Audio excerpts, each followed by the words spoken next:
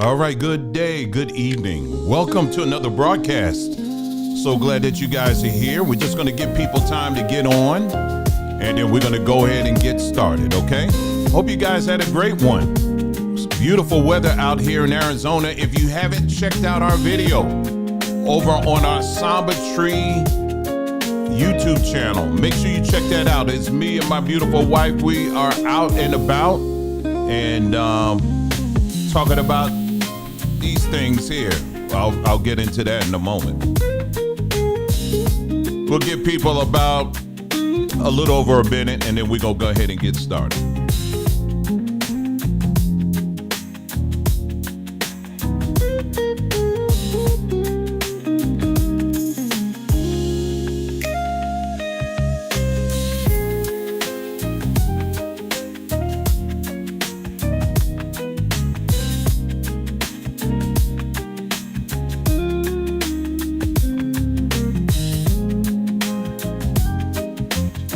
Shout out to everybody, of course, that's in the chat right now. Willie Rivers is in the house. Really appreciate you, bro.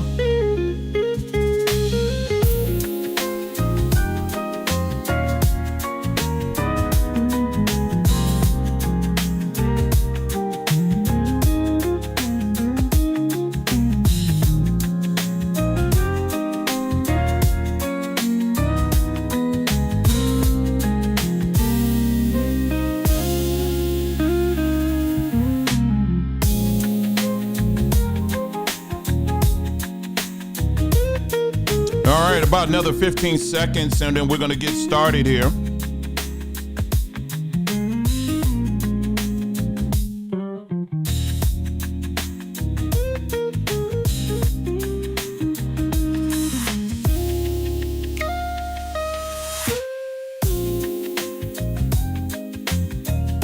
Like I said, big shout out to Willie in the house. So glad to have you there. And Jennifer, she said, hello, Dwayne and Nicole. Finally caught the beginning.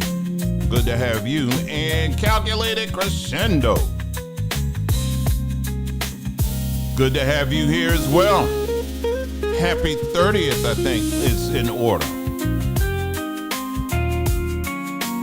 We got Jacqueline in the house. He said good evening. Everybody else that's coming in. So glad to have you guys here today. We're going to go ahead and get started. If you're watching a recording of this, remember, you are watching a recording. So for those that would like to complain, and yes, we do get them, you know, people say, it takes so doggone long to get to the point. This ain't TikTok. Okay, so that's why it takes a moment. Okay, so you're watching a live, was a live recording for you. You know, you just missed it. But anyway, so glad to have every one of you guys here today. And if you haven't seen already, what we're going to be talking about in this broadcast here are a few things here. We're going to try to keep it, as we've been, track record's been pretty good, somewhat good. We're going to talk about is a few things here. Someone made a suggestion on Twitter that I'm going to show you just how out of date and out of touch this really is. Okay, this request there, and I'll tell you about that in a moment. We're also going to talk about who have just been named the new minorities. I thought this group was already. I thought they were already considered minorities, but apparently. No, this has just been quote unquote made official. So I think you guys will find this quite interesting here. We're also going to look at, unfortunately, you know, you got to mention it because Al Sharpton, again, doing what he does best, and that is just doing a bunch of nothing. And, you know, he was out and about trying to get black people to support, you know, anything but their own self-interest. And we'll talk about that. It's amazing how this guy gets away with being a member of the media, but also you're leading protests. Is there a line there or something? Like, you know, think of the Dan Rathers and some of these other, you know, news people in the world, you know. I mean, wouldn't that look kind of weird to see them leading protests? You know, it's like, no, there's usually a line there, but but for people like Al Sharpton, there isn't, and but that's about it. We're also going to talk about just very briefly again, and we're going to continue to stay on this because we are on within a typhoon of tech news, and it's just far too important just to ignore it. For the religious people in the house, listen, you cannot no longer talk about tech issues through the lens of the Bible, meaning that you can't just, the only time you bring up AI or technology, is it the mark of the beast? Is it the Antichrist? Yes, it's the Antichrist. ChatGPT is the Antichrist. If that's the only way you can talk about these tech issues, then you've already been left behind. Okay, to use your words. Okay, you've literally been left behind. But I want to share, I can't, because it cannot be emphasized enough, the belief system of these individuals and what they actually believe in, and how this is why we got to be very cautious and careful. And then lastly, we're going to talk about Beverly Williams.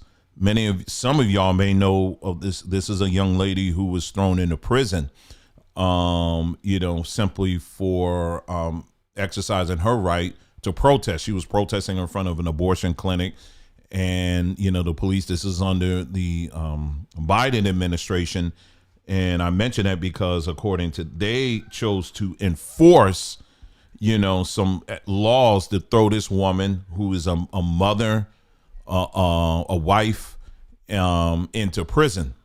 And when Trump got into office, I mean, this dude been moving like he has been moving. He has been moving.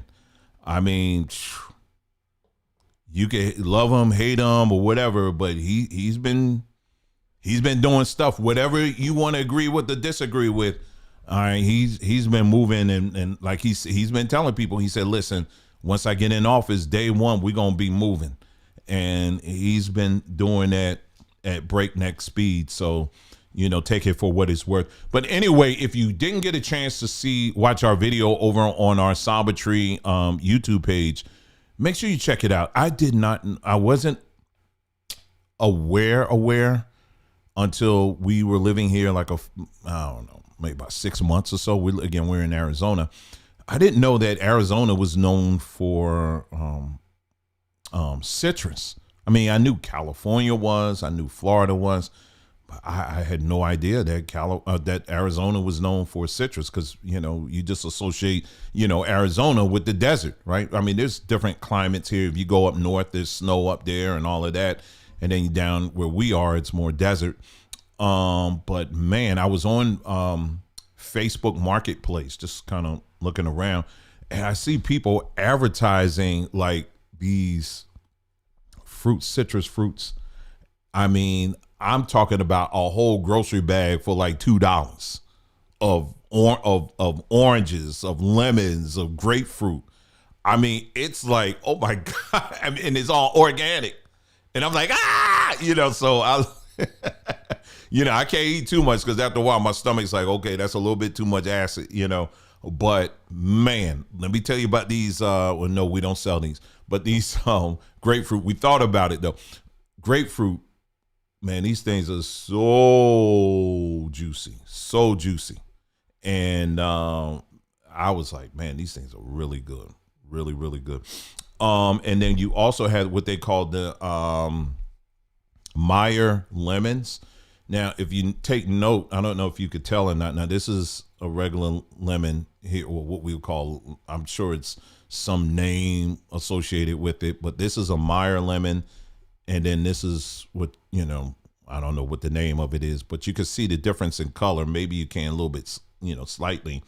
One is orange. The other is, the yellow that we are familiar with. These, again, were very juicy. This one right here, unfortunately, these people bred these things to be used for lemonade. They're not as sour. They're more, they got a little more sweet to them.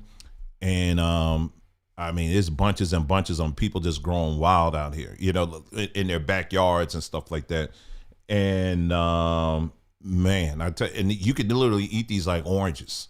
Because if you like sour but a little sweet, if you like your sweet but you like more on the sour side, these are it right here. And yes, they are full of seeds. They are full of seeds, and man, it just everything from the smell when I rub it to get that citrus smell. Oh, it's just so good. And yesterday.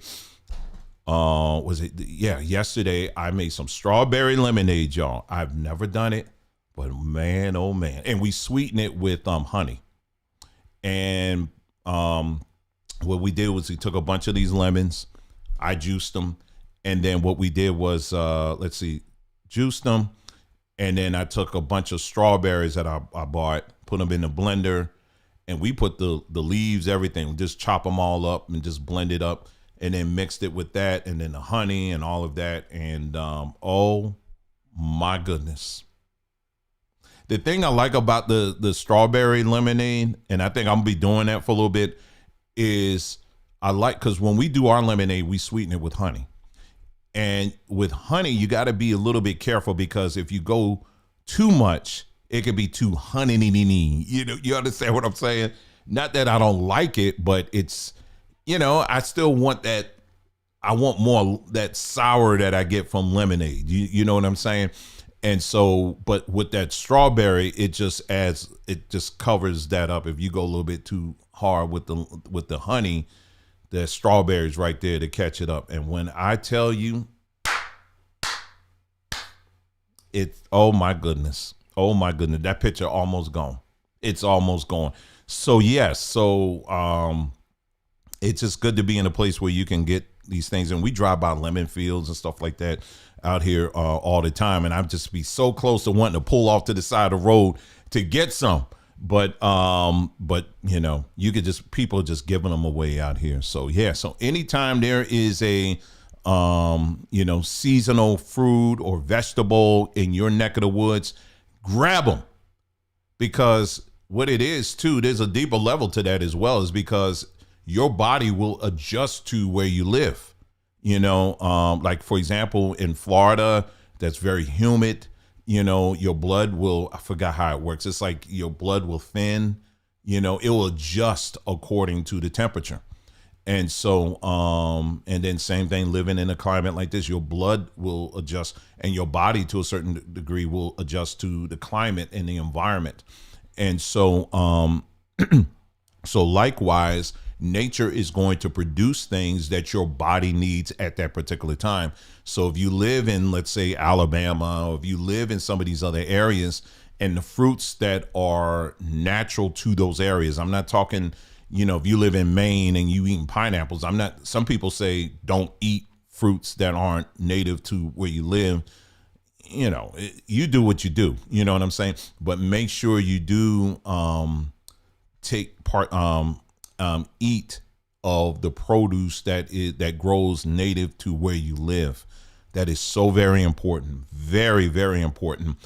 We have cactus fruit out here. I try to eat that. It's full of seeds, and it's almost like a melon, but it's like full of seeds. It's not sweet, but it's good. It's good. And I try to look for other things as well. And because we're right, south of us is Mexico.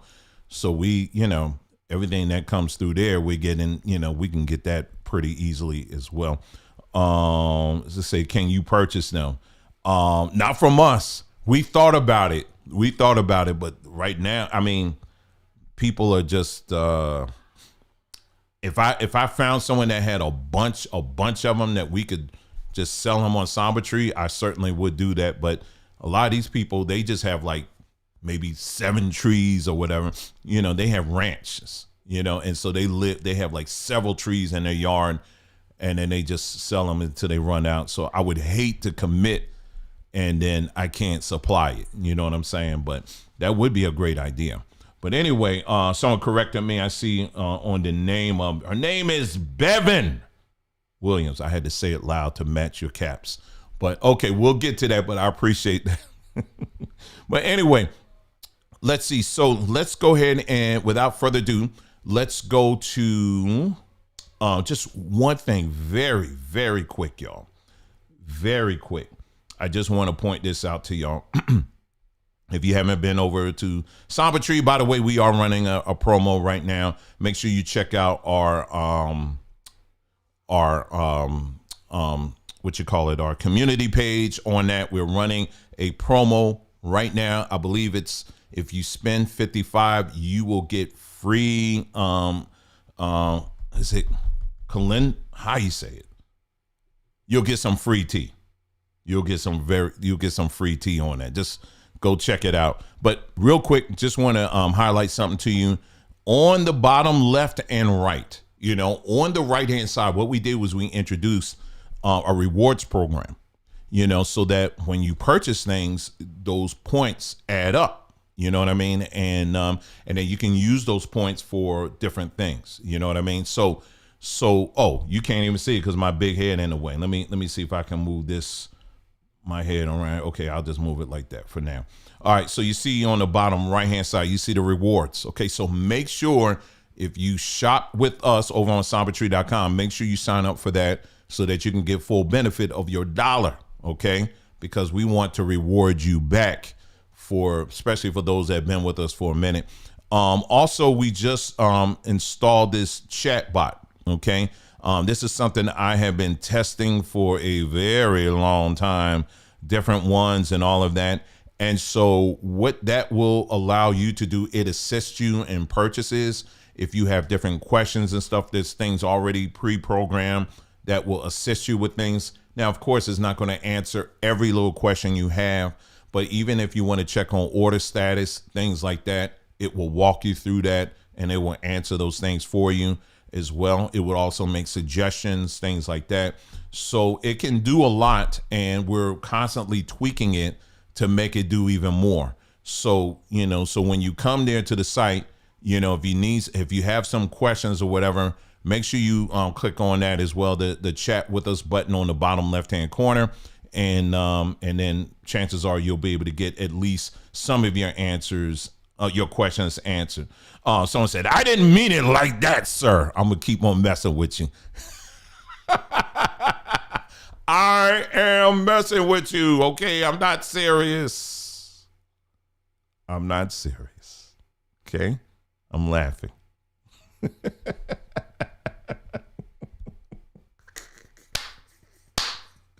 Okay, I'm playing. I get it. I get you, though. Anyway, okay, so let's go ahead and get to our first story for the evening here. Let me get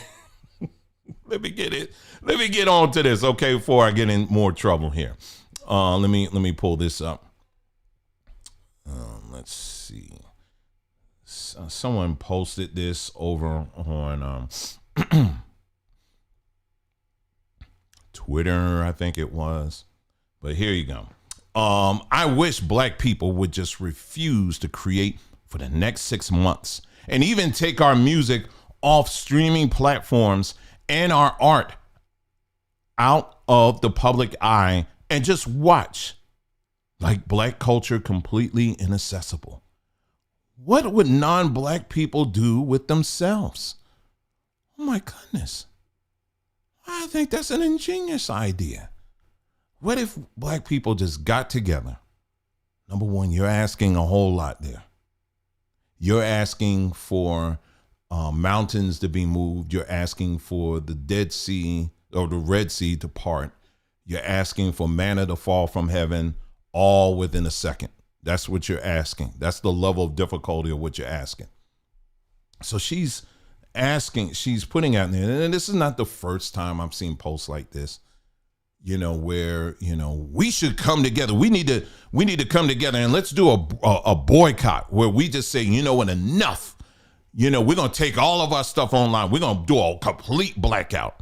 We're not going to put any more dance videos up. We're not going to sing on here anymore. With all the things going on in the world, you think the world's going to fall apart? Oh, Lord Jesus, they ain't singing no more. I don't know how to sing. I'm trying to. How do you snap your fingers? I don't get it. I need them. I need the black people. I don't know. Oh Lord, I don't know how to snap anymore. How do you keep a beat? I don't know. Do you think these people are going to be stressed because you decide not to post something for a day? Well, the reality is people who post things like this, they've already been left behind. Because as we have been telling you on this platform over and over again, it's too late.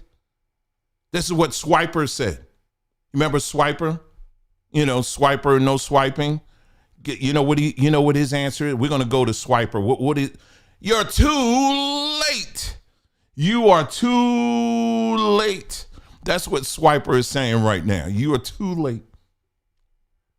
Because all of that stuff has already been captured. It's already been captured by AI. It's too late. So all your dance videos, well, they've already got that data. All of your singing, well, you can just go to, there are apps right now where you can just, I want someone to sing this way and I want it in a neo soul R&B kind of vibe. Oh, you can get the whole band. I can get the whole band. I can get lead singers, what you need. I can get them like that. I ain't got to deal with no drama. I ain't paying. You ain't paying me enough. Okay, get out. I'll just get some AI and then let them handle it. Do you really think it's too late is what I'm trying to tell you. And for people who think this way, it shows exactly just how out of touch they really are. When you really believe that somehow, this is what I've been telling y'all. I've been saying this for, I don't know how long, how many years. I've been saying this for a very long time. Watch what you put online. Watch what you digitize. Because everything you digitize, it gets captured. And when I tell you it's an AI war going on right now between the United States, China has a lot of times you hear me mention ChatGPT. That's not because I'm like, I think it's better. I don't care, honestly. But there are other platforms as well that do pretty much the same thing that ChatGPT does. Well, China has been, you know, they ain't going to be left behind. They just dropped several platforms similar to ChatGPT that are even faster and outperform ChatGPT. And so not only that, all your artists that are out there, again, we respect and we love our artists. But the moment you scan your stuff, and then you put it on social media, it's already been captured. It's sad, isn't it? Because in reality, you're wanting to get your information out there. You want people to see your artwork. If I was an artist, if I was a painter or a drawer, I certainly would do the same thing. But the reality is you're putting them on platforms that you do not own. You don't own it. And most importantly, you don't own the internet. So even if you are on a Black-owned platform, if we did a Black-owned social media platform, even if that's the case, that platform still has to depend on the internet. And guess what? You don't own the internet. You don't run it. And anything that's passing on that highway, they capturing it. They have it. So it's too late. So any Black person that is out here and you're still thinking this way and you believe that somehow that you can just, we created everything. I mean, how many Black folks say this? We created everything. We're the foundation. We did this. Okay. All right. Okay. But do you control anything? That's the whole argument I keep making over and over again. And people call me coon for asking that. Seriously. I will ask people that all the time. Okay.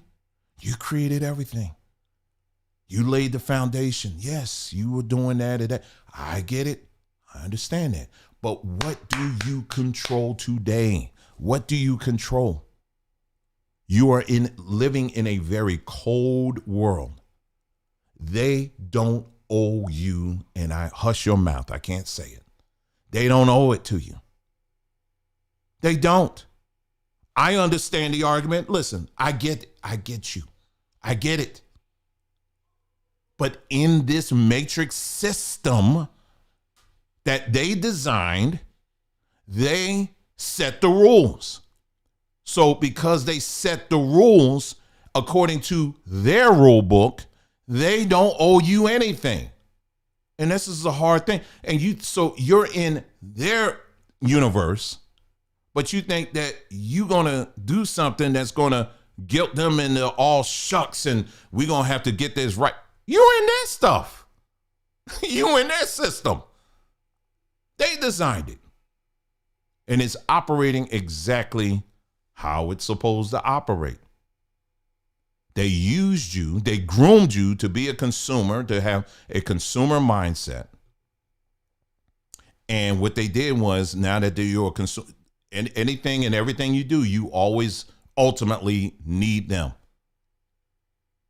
That's how the mind, that's unfortunately those that with a consumer mindset, that's how you think. It's sad, but it's true. Speaking of which, let's move on to someone else that they get it, but they don't get it. This is your boy, Al Sharpton. Let's get him up here. Now, Al Sharpton basically led some kind of walk-in, I don't know what you want to call it, because, Trump, I told you, he has not been playing around when it comes to the this whole DEI and dismantling this. And we have talked about DEI on this platform. And for particularly my black folks, I want you to please listen to what I'm saying when I talk about DEI here. DEI isn't exclusively for black people. Let me say that again. DEI, diversity, equity, equitable or equity and inclusion, it is not exclusive to black people. Do you understand what I'm saying? It's not. It is a Trojan horse. And what's on that Trojan horse? Well, I'm glad you mentioned it. Number one, the color of the Trojan horse is black. Inside the Trojan horse, however, you'll find a whole bunch of things. You'll find trannies, you'll find lesbians, you'll find gays, you'll find all kind, anybody that wants to identify to wherever they want to identify as, that's what you'll find in there. But your black face is the face of the Trojan horse. So by advocating for DEI, you're also advocating for your own erasure. Black women who push for DEI, yes, there are plenty of them out there who are pushing for DEI, not realizing that if now what you're doing is that you're enabling a man who can one day say, you know what, I want to identify as a black woman. I want to identify as a black woman. So guess what? Now the playing field that you always complain about has now become even worse for you, because now you got to compete against a man who identifies as one of you, and now it makes it more competitive for you. But people don't think that all the way far, don't they? They don't. But they just steadily out here and promoting it. And, and then we can get in all the other stuff here, but it is not a exclusive black program. It is not. Because when it comes to, if we're going to talk about the rights and the things that are owed to black Americans, I'm about that only. Don't hitch anything else on it. I don't care who it is. Do not hitch anything on it. If we're gonna have a conversation about what black Americans are owed or whatever, then that's what I stand on. I'm a purist when it comes to that. Okay? This is when you look at the organization ADOS. The leader of ADOS, she's a lesbian. Now, to her credit, she has kept that organization, as far as what they have been putting out. She has been talking about the, ADOS as far as American descendant of slaves. She's been talking about, the whole reparations thing. And she stood on that, and she's standing on that. And that is all I've heard her talk about, period. I haven't heard her bring anything else into it. But the fact of the matter is that that's who she is. And when you're hitching what you're asking for to someone who is identifying as that, do not be surprised that what you're asking for is going to come with another caboose added to it. See, some Negroes, they have to learn the hard way. You just have to, because there's no other way you can learn. That doesn't mean I hate people who want to identify as whatever. You identify whatever the heck you want to identify. If that's you, that's you. But if we're going to have a serious conversation about Black Americans and our history and what's old and all that other stuff, then let's stick to exactly that. Why do we have to always bring all this other stuff in there? Why do we got to bring all these other people and all these different genders and stuff like that? Why all that got to be added to it? But we get so used to doing that.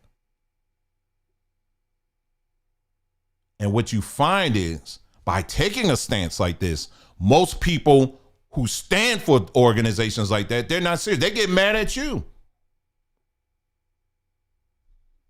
Figure it out. But anyway, here is Al Sharpton leading his band of people going into Costco, because Costco said, well, listen, we're going to stand on DEI. We're going to keep DEI because DEI is this, that, blah, blah, blah, so forth and so on. All right. So here's Al Sharpton here. Move my thing back here. And this is him and his, oh, I got my music still playing. Hey. Let me turn this on. Hold on. Hey, that don't sound bad. Okay, I gotta turn that on. It's still playing. Hold on. Hey, that don't sound bad at all. Okay, here we go. Here's Al Sharpton taking his people to the promised land, also known as Costco.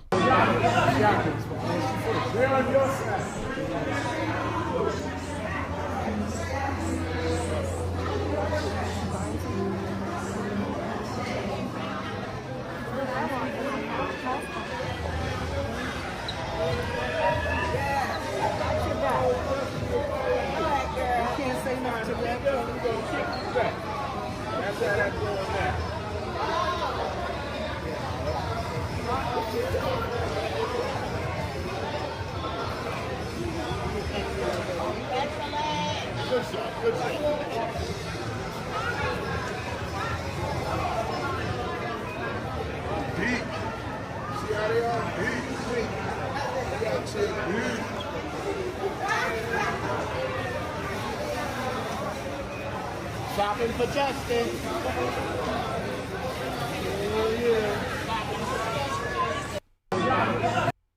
Oh, Lord.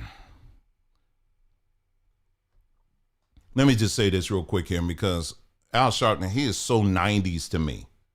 That is so 90s, 1990s for me. So what he's saying is, with that whole thing, and he gives like some speech and all this other nonsense or whatever. But basically what he's saying is, they're standing for DEI and we're going to support them. And I'm calling for all Black people to come and make sure you shop and support Costco. Well, let's do the breakdown.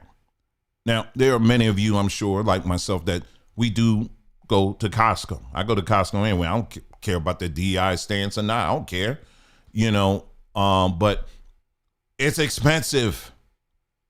It's expensive, okay? We don't do all of our grocery shopping there. We get some things in there, okay? Some things, okay? We don't get a lot of stuff up in there. They're just some things. That's the something store, okay? We don't get a lot in there, because you walk out of there, next thing you know, you 100 deep or 200 deep if you go back to aisle 5 and grab that thing you were thinking about. And so, yeah, you got to be, when I go to Costco, I got to be strategic, and then when I go into the grocery store, a little less strategic, and then I go, everything else, it's like a hodgepodge of Trader Joe's or Sprouts and, whatever, it's grocery stores, whatever. It's a hodgepodge of all that stuff. But no, a lot of Black folks who don't, it's expensive. In other words, a lot of people who don't really, it's not a place that you're going to do all your grocery shopping. Let me just say that. It just isn't. And for someone who's living paycheck by paycheck, especially, it's not going to be a place that you're going to go. It just isn't. So I don't know who he's targeting with this whole nonsensical thing he's doing and marching. I mean, doggone it, you march by the food court. You saw I think that was the food court on the right-hand side. Get a hot dog or something here. But yeah, I mean, this is the kind of stuff. And unfortunately, the people who make up this demographic, these are the exact people who have the loudest voices out here. And these are the ones that were telling you to vote for Kamala. These are the people that were telling you to, you know what I'm talking about. These are the people that were telling you to do that.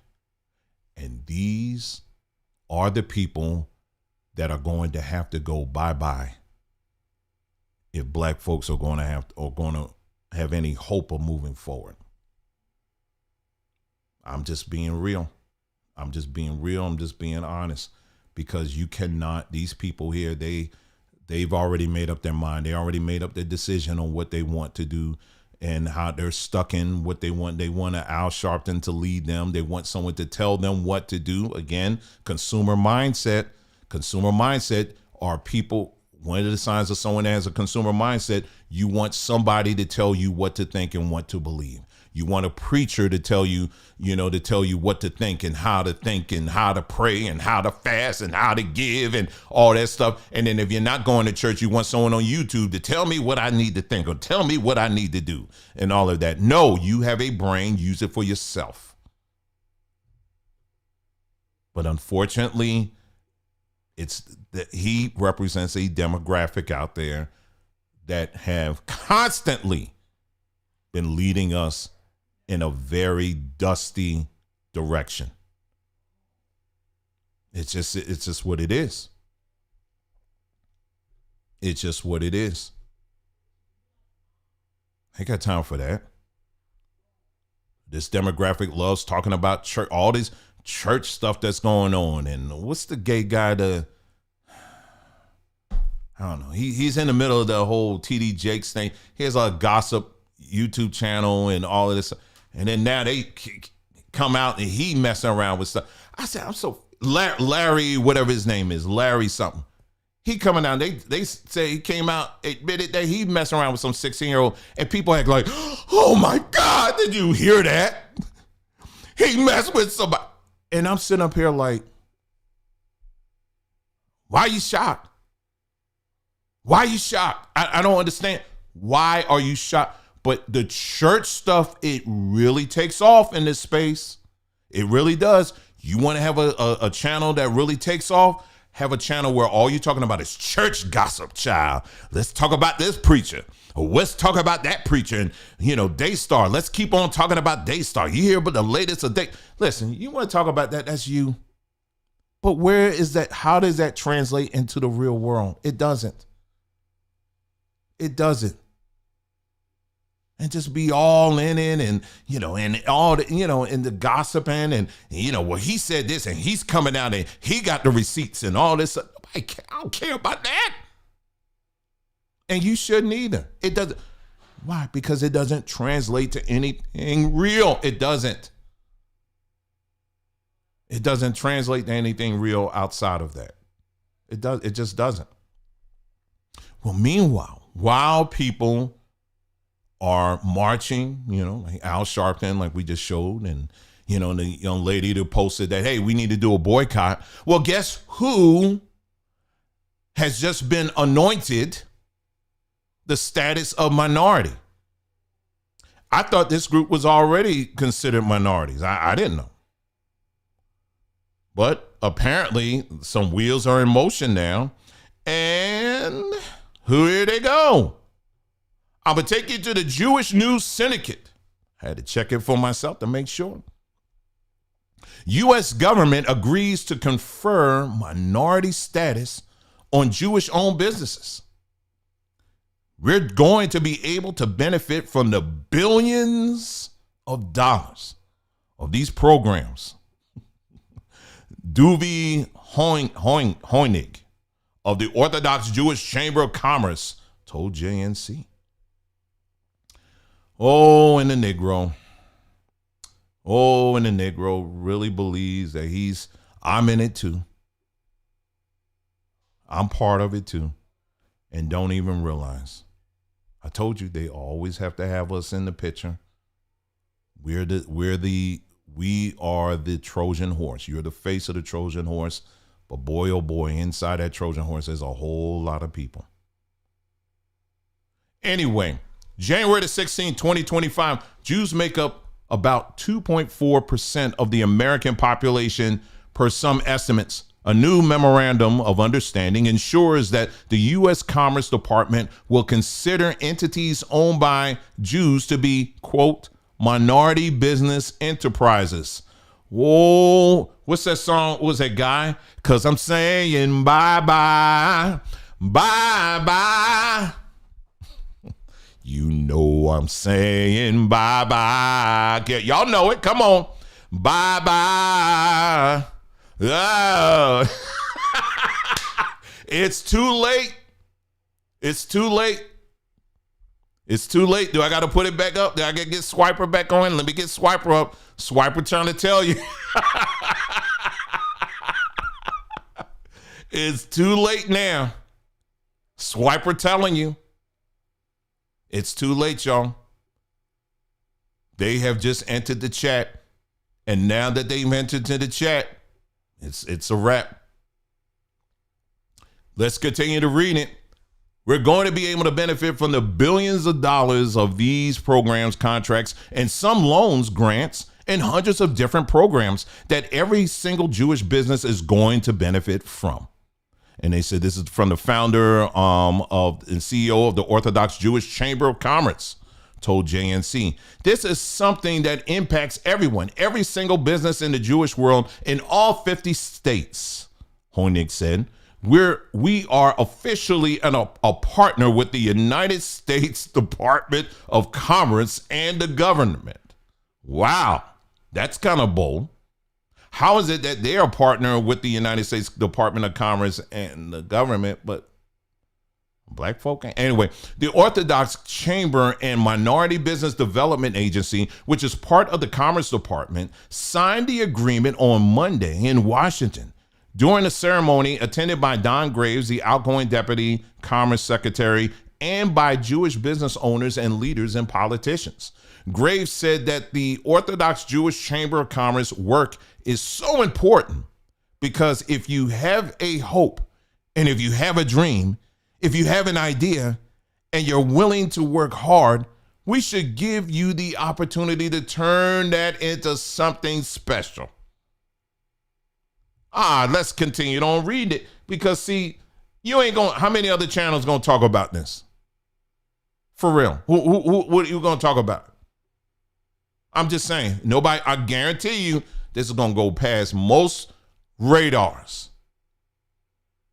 Let's continue. The other 95% go into business entrepreneurship. They become CPAs. They become doctors and lawyers and such, Singer told JNS. This will encourage them to stay in New Jersey, develop business, and qualify for dollars and cents, which is so important. Singer, who is part of the New Jersey Science and Technology Commission, said that minority businesses have an automatic leg up when they bid for state contract. Now, this is they zooming it down to more on the state level. This will also tie into federal dollars, and therefore small businesses, Jewish-based businesses, will be able to tie into both federal and state dollars to help them grow, to help them bring more people on and be part of that entrepreneurship you wish to have being an American, Singer said. It goes on and on and on, but I know that's too boring for y'all. I know it's too boring to read that. But do you see what's happening now? So with Trump in office, that's why I said, people getting excited. I personally did not vote for him. Neither did I vote for Kamala. I did a write-in. But I told you, I said, you better keep your eyes on Trump. You better keep your eyes on this, what's coming in right now. And I ain't talking about no Project 2025. We've done a couple of videos on that and the ghost stories that people are making up about that. I said, that is not the biggest concern. One of the things that when Trump signed, when he was signing all those documents, one of the things he signed was basically that anybody that protests on a college campus against Israel, if there's any kind of protest, you remember the protests that were taking place on these college campuses, Columbia, all those different college campuses. And then they said, if they catch you now and you are an immigrant, in other words, you're not an American student, that is grounds for them to send you back home. Okay? They're not playing anymore. You can't put your mouth on these people. Okay? And then we also talked about all the many states who have laws in place. If you have a business and you do business with the state, but yet you are on record saying some naughty things about the chosen, guess what happens? You're out of here. Your contract is canceled. Okay? See, this is why, like I said, people get mad and angry when I say these things. But I have to be truthful and honest. And I personally had to wake up myself. I said, the fact that black folks are running around here, we have black folks out here who want to pretend to be these people, but yet they will tell you, no, it's the other way around. No. We doing a bad job. No, you trying to pretend to be like them. And the amount of influence and power that these people have, it's I don't even know what to say on that. Let me read to you. Let me pull this up here just to give you an idea. These are the new minorities, but just to give you an idea.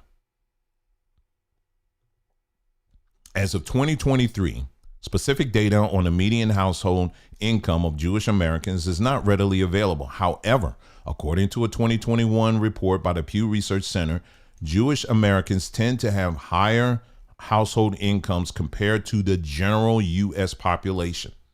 Approximately 44% of Jewish households reported annual incomes of $100,000 or more, while about 16% reported incomes below $30,000.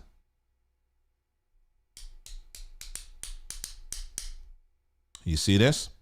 But these are the minorities now. So so that you understand the minority, what you define as a minority today has just been elevated to that amount.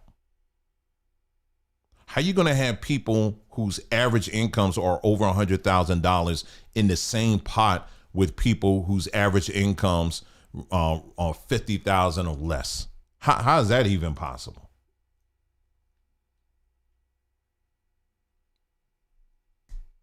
But it is. Now it is. And now you're in a new day. This is the golden era of America. Isn't that what Trump said? Well, welcome to it. And there's a lot of change that's happening right now. And you cannot have these old mindsets that we constantly talk about here, like what we're just talking about with Al Sharpton and all of that. It's just you can't be thinking like that. All right. Let me switch up here a little bit here, and then we're gonna look at like I said again, right now we are in a major technological wave right now, and I don't care how old you are. Okay, I don't care. It's still no excuse for you to at least familiarize yourself with what's going on and why it's so important for you to understand. It doesn't mean that you got to know everything, but you need to be informed of at least of what's going on right now. Okay. So you can make right decisions for yourself, for your family, the whole nine. I'm trying to pull something up here right now. We're going to look at very quickly some of these tech leaders, starting with Elon Musk. It's something that these people, they share a common thread here. And as soon as I can find it, I will start with Elon here. Let me see. Coming up after this, we're going to talk about Bevelyn Williams, right? And then we're going to also talk about this story that was popping up about, the Nashville shooter. There's some claims that are going around out there suggesting that he comes out of a family of Hebrew Israelites. I am not saying that, okay? That is what the claims are. But we're going to take a closer look at those claims, okay? And so here we go. I found the so stay tuned for that if you're here now. All right, so let's go ahead. This is Elon Musk. I want you to pay close attention to him and what he's saying here, but he's certainly not the only one, okay? These are your tech leaders that are out here right now, all right?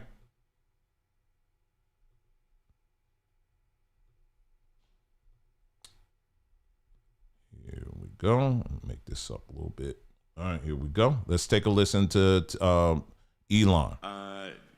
Yeah, I grew up around a lot of Jewish people. I went to Hebrew preschool, Rachel Spiro in South Africa.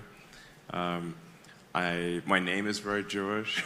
I will tell you that for the past 10 years, people have assumed in my community that you were Jewish until I informed them otherwise. Yeah. Elon is a pretty Jewish name. He's super Jewish. Yeah. And then I went to Israel when I was 13. Visited Masada. I'm certainly checking the boxes on a lot of things. Like you said, most of my friends are Jewish, just worked out that way. So sometimes I guess maybe I forget. Am I Jewish? I'm Jewish. Aspirationally Jewish. So yeah, I think that was filmed when he, there was some stuff when, what was that, about a year or so ago, he was getting a lot of pressure from these Jewish groups because they were saying that there was too much anti-Semitism on his X platform. And so he had to go and do the whole tour, going to, seeing the camps and all this other stuff. And, and then, he had to go and play this whole role or whatever. But, at the end of the day, these people really, it's funny how these people always have this kind of influence even on people that, because you got people on the right that see him as some kind of superhero or whatever. But at the end of the day, even he is beholden to a certain group of people here. Here's a clip here. This has nothing to do with the tech space here, but here's another person that I think that you guys are very familiar with. These are historical points that we can't play down or ignore. I'm sure you're familiar with this face too. So let's play what he had said about this group. The whole world must see that Israel must exist and has a right to exist and is one of the great outposts of democracy in the world.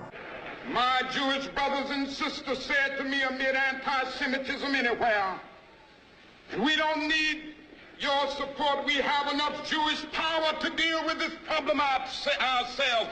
I would still take a stand against anti-Semitism because it's wrong, it's unjust, and it's evil. If my Catholic brothers and sisters said to me, amid bigotry toward Catholics, we don't need your support in this because we have enough Catholic power to deal with it, I would still take a stand against bigotry toward Catholics because it is wrong, it is evil, and it is unjust.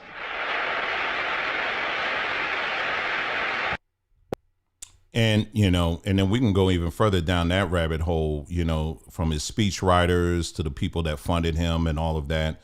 I mean, it's extremely clear.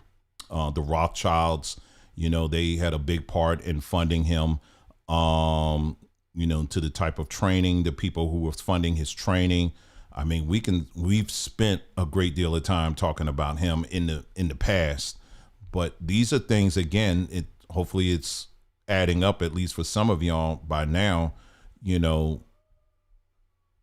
It's always been around. These are the people who created the matrix that we live in currently. Let me see. I'm looking for this other video here. The next person that we're gonna highlight here. This is, I think I played this video before, but it's worth playing again. This is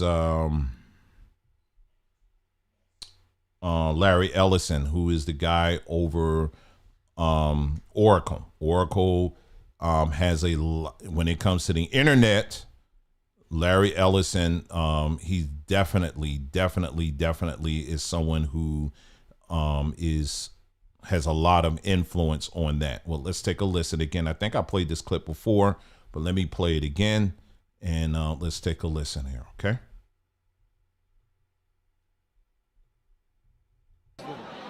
Well, the renewal of the Jewish state is something that I think touches all of us. For 2,000 years, we were a stateless people, and now we have a country of our own, defended by all the brave men and women of the IDF. So anything we can do to support them, who devote their lives for preserving the state of Israel, keeping the people safe, and allowing our state to continue sometimes in very difficult situations. Did you visit Israel? I have been to Israel. I have been to the border. I have spent time to the people who govern the state of Israel, and I feel a deep emotional connection to the state of Israel and the Israeli people. You are an high-tech person. What do you think about Israeli startups and high-tech phenomena? Oh, well, after Silicon Valley, there's an area, Herzliya has probably got more startups than any other place other than Silicon Valley in Northern California. So we've actually acquired a number of Israeli companies. We have 2 CEOs at Oracle. One's name is Safra Katz, and she was born in Israel. So again, we love the country of Israel, and we'll do everything we can to support them. So while you're watching this, I want you to keep in mind what we were sharing earlier. The young lady was talking about, we're going to withhold our dance videos. I mean, just to give you perspective. So now keep that in mind, as you're listening to these videos here. Now, this is also Larry Ellison as well. And Larry Ellison, he's going to be talking about very briefly, another 1-minute video, how AI is going to help doctors. All right. So this whole era of, we got a black doctor now. Oh, look at all the black doctors. Well, it don't matter, because with this technology, you're not going to need doctors. OK. And he's already setting it up. He's one of the main people who's setting it up. You better pay attention. Take a listen. The system itself is more like a care information system.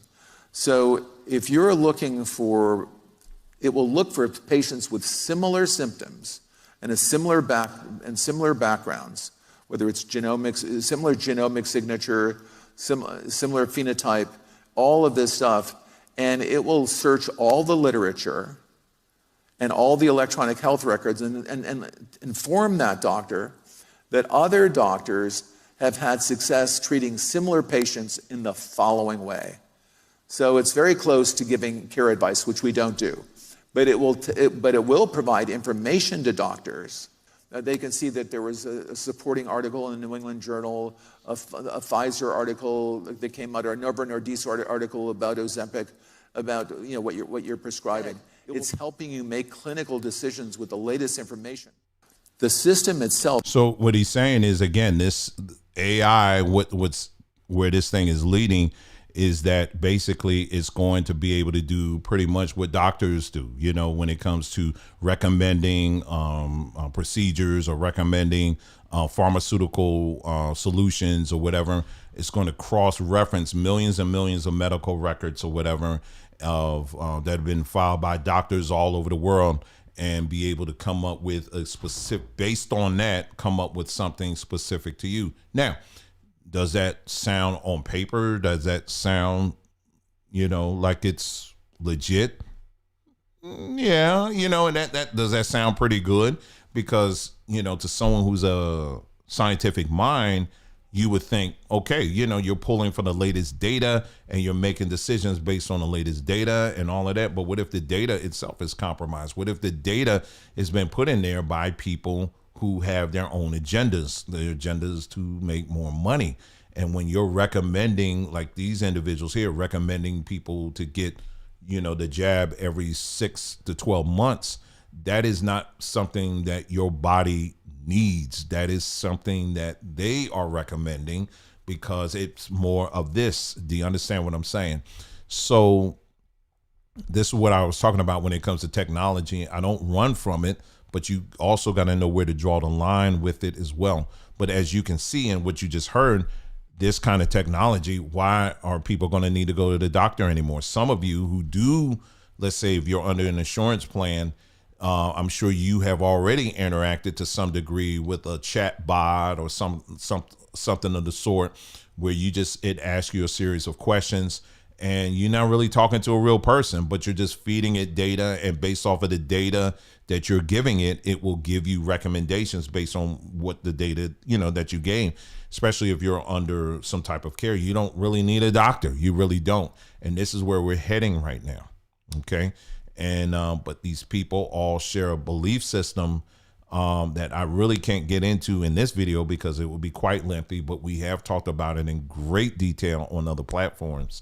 And it looks like we're going to have to revisit that and update some things as well on that. But anyway, moving right along here. And of course, Sam Altman, who's the guy over on ChatGPT or OpenAI, he's also someone who is, he's Jewish, and so, I mean, it's a common thread. This is a common thread, and you can't ignore this stuff here.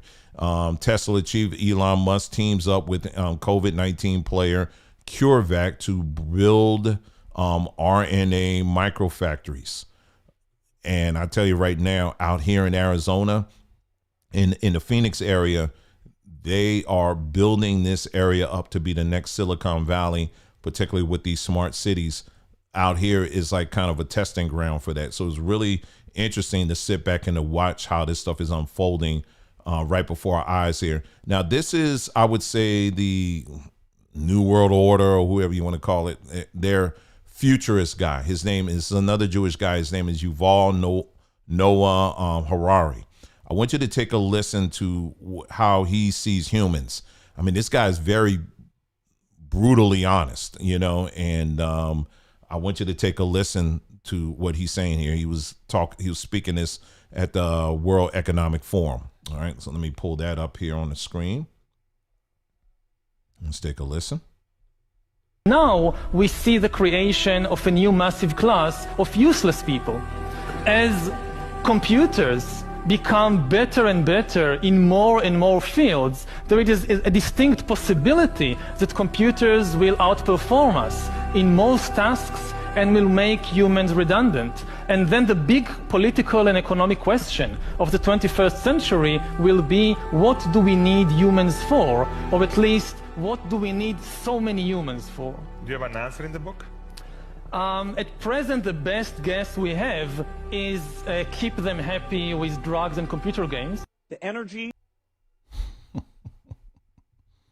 See, these people, it's almost like they can tell you in your face what they're doing, and people still won't believe it. They still won't believe it. Because there's a whole demographic of people all across the board that they're too out of it. They're zoned out. But these people are literally telling you exactly what they feel and what they think about you. And, it's just what it is. Let's move right along here. This is Klaus Schwab. This is another New World Order type dude.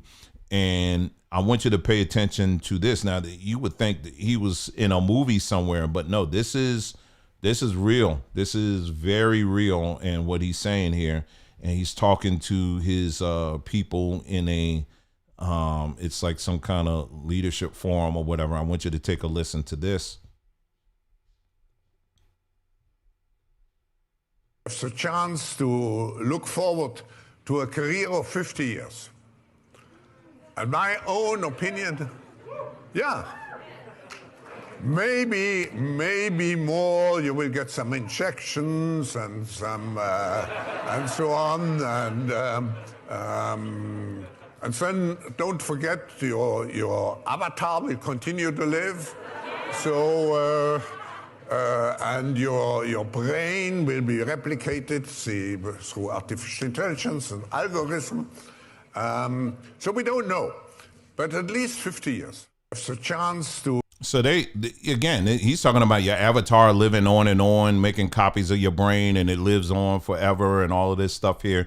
See, the regular folks, they get entertained by that in movies, but in these movies, they're actually telling you this is where we're heading. This is what we're doing right now. And when you're uploading a lot of this stuff online and stuff, you're actually taking part of the process. This is just the pre-process right now. Everything that we upload, we're already setting it up. It's not going to be necessarily, for a lot of people initially, they're not going to need to wheel you into a dark operating room and put a bunch of probes in your brain and then they suck all the stuff out. No, you're giving them information. I'm giving them information right now by being on the camera, being behind this microphone, and the system is already like, okay, this is how you think, this is how you process stuff or whatever. And it's just sucking that up and then creating profiles. This is you know, this is it. This is the system. You know. So anyway, let's see. I covered all of them. Klaus Schwab. Okay. All right. So that's it. So I guess you got that information. You got that update as far as the tech world and understanding that this tech world. Listen, when you take what this segment we just did and compare it to what I shared with you earlier, this young lady putting this up here. I wish black people would just refuse to create for the next 6 months and even take our music off streaming platforms and our art out of the public eye and just watch like black culture completely inaccessible. What would non-black people do with themselves? Now compare that to what I just shared with you. Does this make any sense at all? Does this make any sense at all? No, it doesn't. It absolutely doesn't. It looks very foolish, doesn't it? It's very futile. All right. Anyway, let's move on to our next story here. Moving right along. Looks like I'm gonna go a little bit over, but that's what it is. Anyway, let me go to this dear sister here as soon as I can pull it up here. This is a young woman who she was protesting, in front of an abortion clinic some time ago. And under the Biden administration, they threw her behind in jail. They threw her behind in jail and this is a picture of her and her family. And, you know, they tried to make it seem, even the cop that was on site there was saying, she's not blocking anybody. I don't know what y'all talking about. So, but next thing you know, she found herself in prison. Well, once Trump got in office, he got her along with many other people out of prison, you know, for exercising their right to protest peacefully. And so this is a video of her coming out, finally being released. You know, let me play it for you right here. Uh-oh. Okay, here we go. Look at mama. Look at us. My Google.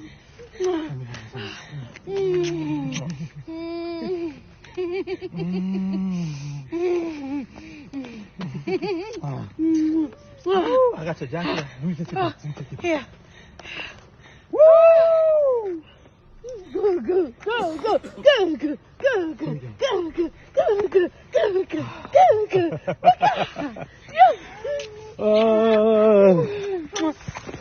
Let's skip it a little bit here. My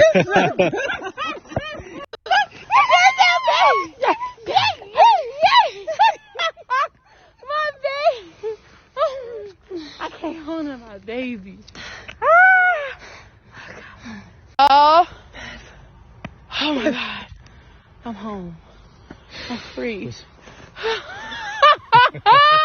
I'm free, y'all. I'm free. I'm really free. Thank you, Jesus. The Lord is good. The Lord is good. Right, boo boo? Oh, Jesus. Let me get in the car. Let's go. Yeah, it's so cold out here. And they threw her in prison because she was protesting like that. Now you think of all of the black women out here, the 92%.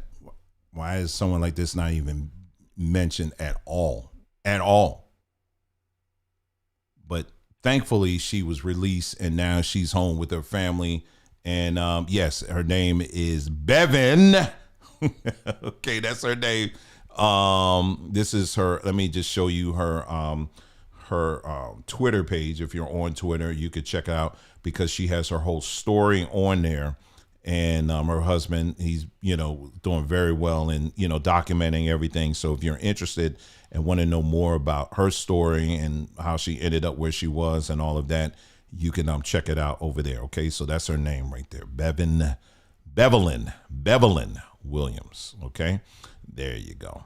All right, so we're about done here, but we got one more story here that has come up here on Twitter. I've been noticing quite a few people mentioning this guy who, this shooter, the school shooter down in Nashville, claiming that his name is Solomon Henderson, claiming that he comes from his parents were Hebrew Israelites. Well, when I first heard that, immediately I was like, what in the world?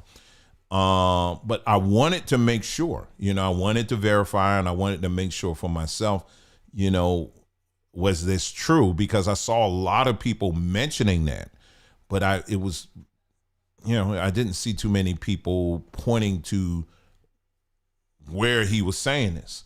Now, just so you understand, I'm very aware of the manifesto, and there were things he was saying in there. He's giving shout out to Candace Owens, and he was giving shout out to some of these other people out here and all of this, and claiming that these people influence him and all of that. Let me just say something here. I mean, number one, I always have a dim view anytime when I hear of a shooter coming out with some type of manifesto. I mean, is this like some kind of requirement for the lunatics in our society? In other words, we are to believe that somehow this person is just so crazy and they just lost it. But before they go crazy and they lose it, they got to sit down and meticulously write down in outline form and bullet points and say, this is who I am. Hello, for anybody that's reading this, I want to introduce myself. My name is so-and-so, and da-da-da-da-da. And let me give you the 5-point plan on what I plan on doing. What led me here? Well, I'm glad you asked. If you have a few moments, I'll give you a blueprint and I'll go. Nope. Come on. Somebody writing this, or somebody just throwing this stuff together, and then they get it out there, and then people just go to town with it. So I don't really run. I don't do anything when I hear, oh, did he have a manifesto? And you see how the society is so programmed now. Anytime there's a shooter, a massive shooter, there's always a manifesto. Now, isn't this interesting? I don't know if you thought of this. Do you know how many mass shooters we have in black communities across the country? But for some reason, they don't ask them for a manifesto. Isn't that interesting? It's almost as if there's only select people. It's not all mass shooters. There's only select ones that the media focuses on. Those are the ones that take the time and write down a manifesto. But these niggas out here that just spraying bullets all over the place. Oh, they can't even write. They can't even read. But you see how people's brain is automatically, it's just, you just go along with what the system tells you. School shooter, they have to have a manifesto.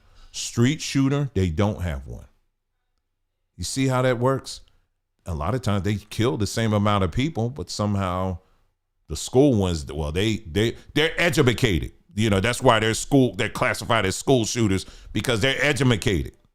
So they got to write down. That's the one lesson they learned in school, is that they had to write down in outline form exactly what they were going to do and why they were going to do it, and they got to explain that. But the people out in the street, well, they can't have read and write. That's what we're supposed to believe. But anyway, and here's this long manifesto. Guess who ain't reading it all? I'm not. I ain't got time to read. I deal with enough crazy people. I ain't got time to be reading the thoughts of crazy people. Okay, I deal with enough of them on my own. Okay, so anyway, we're gonna look at the claim is out there. Just spend any time on social media, you'll find that there's plenty of people claiming that this guy is a Hebrew Israelite. All right, and this is a screenshot from his supposed manifesto. So this is a picture of him. My name is, who am I? My name is Dr. He's calling himself Doctor. He like I said, this guy is crazy. My name is Dr. Matthew Copson Harris Floyd Jr., an African, I don't know, born in 2007 to a middle-class family of black Israelites. All right, let's move on. And this is something else he wrote on here. Like I said, it literally makes no sense at all. Eat refined sugars. They're terrible for you regardless of carbohydrates. Eat processed foods. Drink your I don't even like reading crazy people stuff. You know what I mean? It's when you go through it, because I kind of thumb through it, it's just all over the place. I don't know what. That's my wife back there. I don't know what's going on. They're back there playing around. Okay, look, I want to make sure. Look, do I need to pull out my... Anyway. But here's the thing. So, no, there's really no solid evidence showing that this guy came out of a Hebrew Israelite, family at all. We do, there are times where we know the feds and stuff, they just like throwing things in there. But there's also, but again, that doesn't erase the truth of the history of this belief system. We've talked about this in great lengths. There are many examples I can point to where you do have some people who are, that we pointed to historically that's been proven as such. People that tend to be very fatalistic.